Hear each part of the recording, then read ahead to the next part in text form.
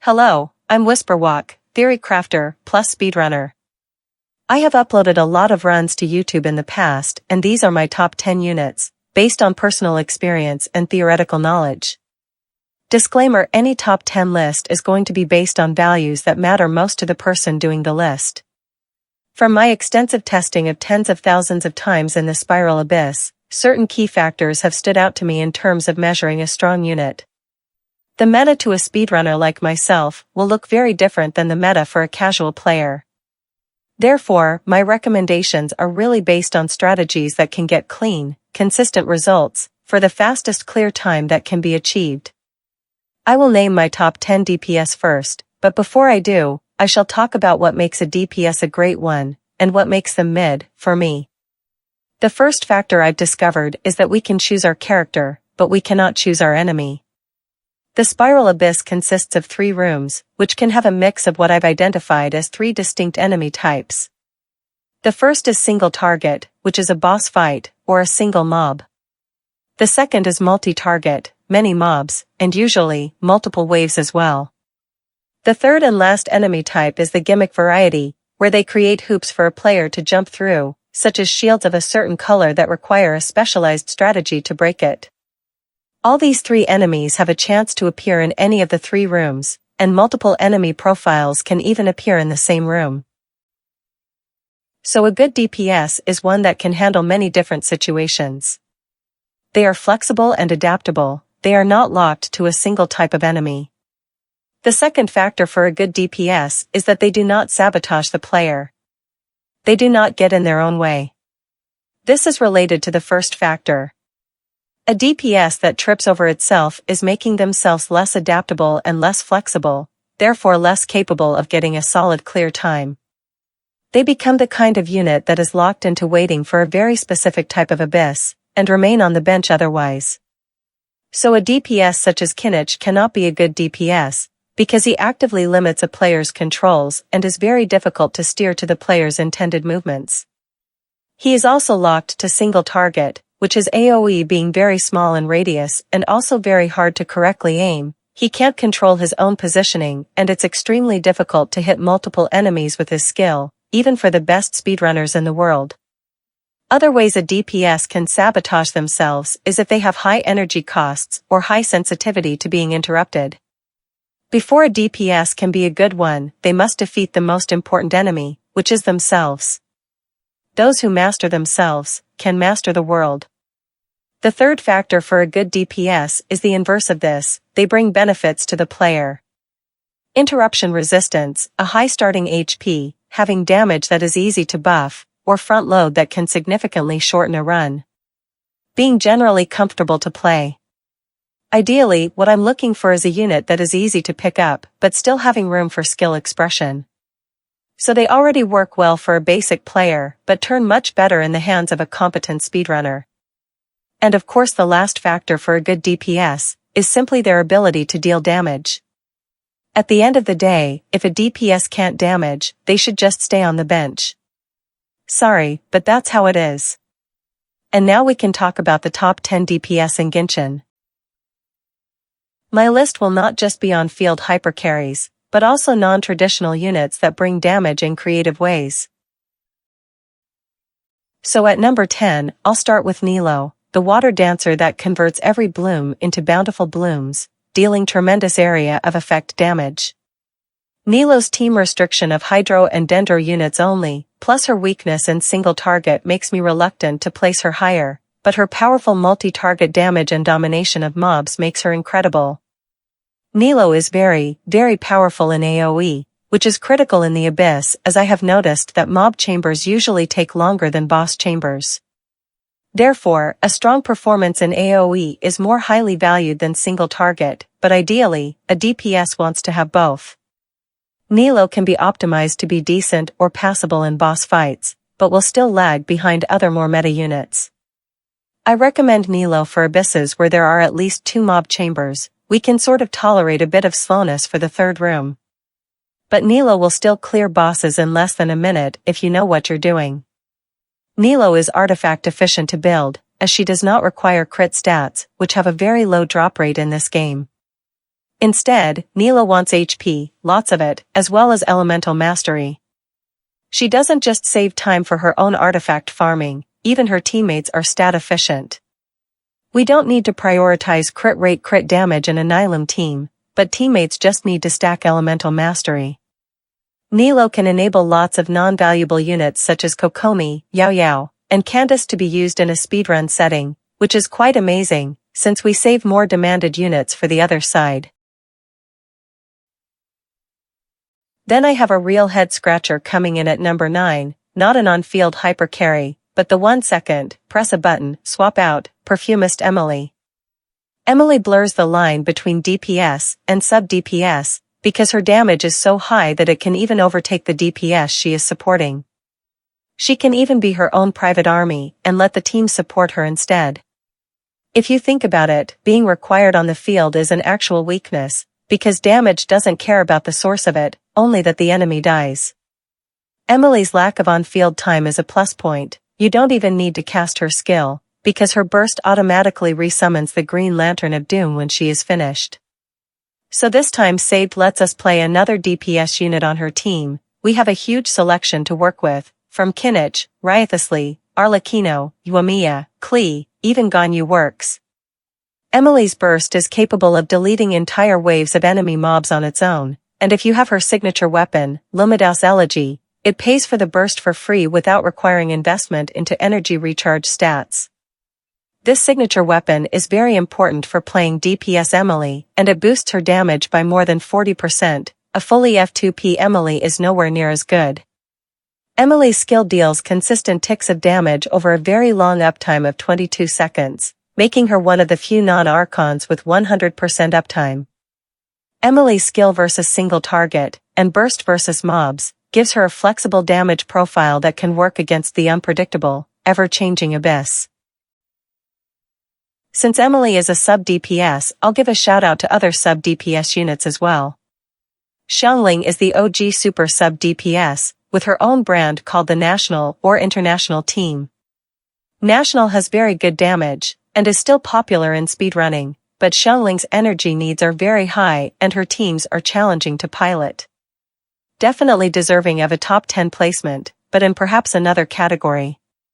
I think Xiangling as a pure DPS isn't such a big deal since Tartaglia deals half the DPR in her team, and Xiangling is definitely more valuable as a support unit instead. The same goes for Furry Na, who deals respectable personal damage, but leans more towards her global damage buff support aspect. Also there is Chiori, who deals pretty good skill damage, but her burst is not as powerful as Emilie's burst, and her kit is somewhat hobbled by the construct requirement unless you pull for Constellation 1 Chiori. Chiori is a great sub-DPS to supplement the team, but unlike Emilie, she cannot carry the team by herself. Emilie is the bigger sister. Continuing with my hot takes, we can already hear the audience screaming, where are the usual glaze units like Hu Tao? I'll go with the maiden Noelle. She has respectable damage combined with a very, very comfortable playstyle. Noelle is spin to win, a big shield with big defense scaling, and team-wide healing to recover from any damage that does pass through. Her weakness is energy. Noelle generates no particles on her own, so she needs to receive funding from batteries such as Navia, Goru, Chiori, Kachina, or Xilanen. But she is a perfect dynamic duo with Furry Na, dealing damage and healing your team, while Fury Na also deals damage, while draining your team's HP. Noelle is the first unit most players receive on their beginner's wish banner, but she has continued to keep up with the times unlike 5-star limited units such as Itto or Eula. Every single Geo unit that released since Fontaine has given her new options, so Noelle no longer needs to play in mono Geo teams. My personal invention is the Taser Mop with Furry Na, Navia, and Fischl, which is pretty potent in boss fights, while retaining the spin option for AoE.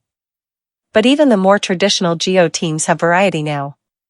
Noelle can go with OG Mono Geo, with Goru and Albedo, or the power creep version with Goru and Chiori C1.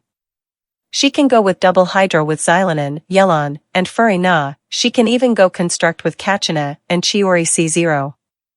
There's whaling options for Noelle with Xilanen C2, Furry Na C2, because Noelle is a cheap 4-star unit, investment can be justified.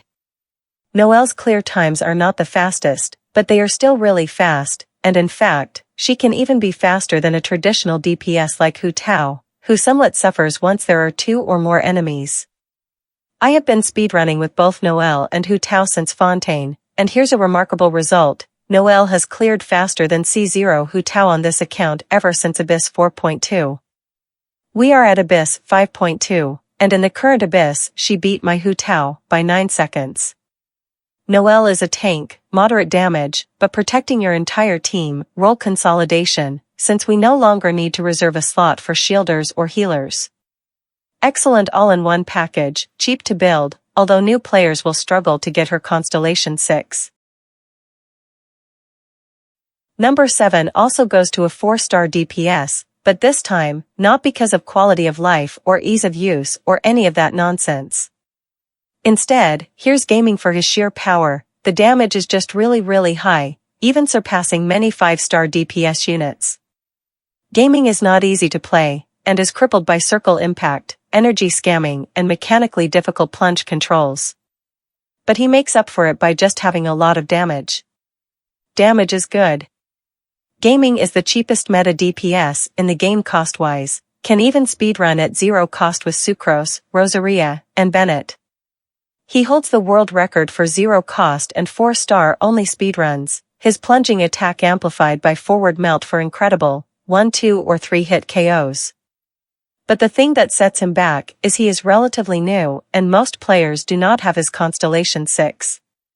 There are other plunge DPS such as D-Luck, which can also be pretty fast, but D-Luck isn't quite as impressive. D-Luck requires 5-star units in his team, raising his overall team cost, and of course D-Luck himself is 5-star, albeit a standard banner 5-star. And possibly a lot of people believe that gaming needs Xian Yun, but as you can see from the run in the background, Xian Yun is not actually part of gaming's best team. Gaming might struggle against highly mobile enemies or multi-waves, so he doesn't go any higher, but it's still impressive that not 1, but 2, 4-star DPS, have so far made it into my top 10. I can already hear the crowd groaning, why gaming and not Xiao, Genshin's actual 5-star super plunge DPS? Well, aside from gaming being 0 cost, versus Xiao FFFX, with premium units Xian Yun, Farina, and Constellation 6 Faruzan, there's also a legitimate speed argument to consider.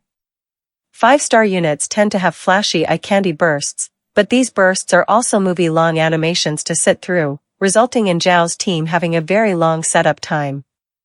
Long setup times mean that cheap competitive DPS, such as gaming, will have already killed the enemy boss before Xiao finishes his buff setup. Now to balance my list, I'ma choose a DPS that is only good at Constellation 2, a high-cost unit, the Raiden Shogun. Raiden's a good DPS, huge AoE, energy for the team, increases burst damage of entire team as well, but she needs C2 to get the 60% defense shred on her initial burst hit. Despite needing C2 to function, the overall cost of a Raiden team is still low, as her best supports are 4-star who also regularly appear alongside her banners. Raiden's overload team has both front load and sustained damage, front load being one of the keys to speedrunning really fast. She also has infinite interruption resistance during her burst, which means she cannot be staggered, keeping the DPS high. Her buffers continue to function in multi-wave, allowing you to stay on Raiden instead of swapping out to reapply buffs. It's worth noting in a technical sense that AC0 Chlorinde outdamages AC0 Raiden, and AC2 Chlorinde also outdamages AC2 Raiden. But Chlorinde is not in this list, because she gets in her own way. As I mentioned as one of my key factors, self-sabotage is a disqualifying factor. Chlorinde has forced movement as part of her kit, difficult to position and reposition, AoE targeting problems, no interrupt resistance, no energy refund, and uptime that is very sensitive to dodging.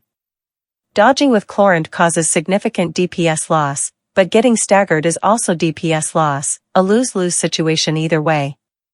So I'm still going with the more traditional Raiden pick. Aside from having more QOL, Raiden has alternative strong teams such as Rational, Taser, even Hyperbloom. At C0, I think Raiden should just stick with Rational. Taser and Hyperbloom Raiden can be comfortable, but I think she has better options.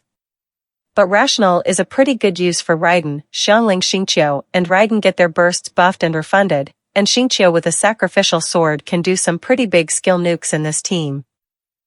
Rational is the best team for Raiden at C0, whereas I consider her best team at C2 to be Overload with Chevreuse, Kuju Sarah, and Xiangling.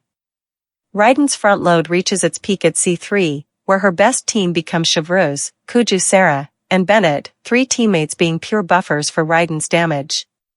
Chlorinde, even with her higher personal damage, lacks Raiden's quality of life. She is anti-synergistic with Xiangling and Bennett, because Xiangling highlights her low uptime Achilles heel, and she just moves too much to stay inside Bennett's circle. So Chlorine's overload team is stuck with Thomas, which is a big downgrade for DPS, but a necessary evil unless someone suitable like for example a Pyro Archon comes along. But now we're moving to number 5, and the DPS continue to deal more and more damage as we climb these ranks. Number 5 is where we start to see characters that can even out-nuke a Constellation 2 Raiden. Lyney with his skill, burst and charged attacks has incredibly short rotations. Even at C0, he can meet the damage thresholds to one rotate a boss. Lyney is not an easy unit to play though, he is incredibly fragile and prone to stagger. But mastering his shieldless playstyle is necessary to hit the damage thresholds. Lyney when shielded by Zhongli is far less impressive and not a top 10 unit. For this reason, I don't think Lyney goes any higher than number 5, but his very high damage also keeps the DPS below him at bay.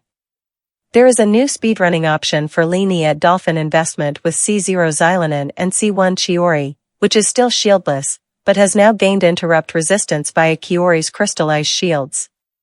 I think that's possibly one of the best casual ways to play Lyney right now, since we keep the high damage, but added just a bit more protection.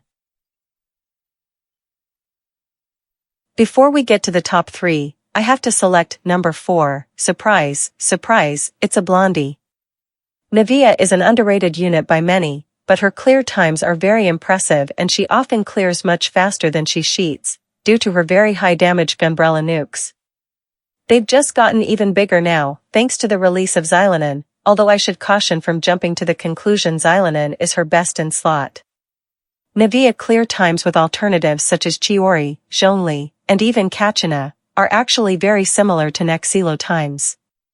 The powerful buffs of Xilanen are counterbalanced by lack of Geo off-field app which result in a lower crystal count, but overall, Xilanen is still a very good unit to play with Navia. I personally rank Navia higher than Lyney because they have similar nuking damage profiles, but Navia also bundles automatic protection via crystallized shields. The shields don't look like much, but they act as pseudo-interrupt resistance, and can also tank some hits.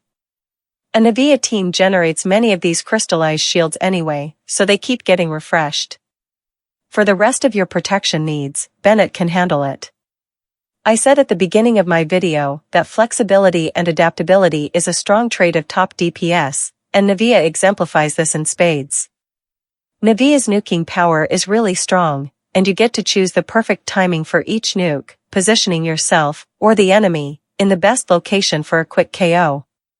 Navia's gunbrellas come with an extra charge, allowing a player to get potentially 3 hits per rotation, a temporary uptick in damage to hit damage thresholds, fix that last bit of energy, or even just fill in dead time. And Navia only requires cheap 4-star teammates such as Bennett, Xiangling, Kachina, even Rosaria. This is a very complete package, but I think there's still a huge gap between Navia and the true top 3 DPS, which I believe to be so far ahead of the rest of the DPS units that they are like gods. So let's address the elephant in the room. Alhaitham is not one of these gods, he's not even in my top 10. To be considered a DPS, they have to actually deal damage. Alhaitham, while his Hyperbloom clear times are good, much of the DPR does not actually come from him, but from Kuki Shinobu, who is triggering these Hyperblooms.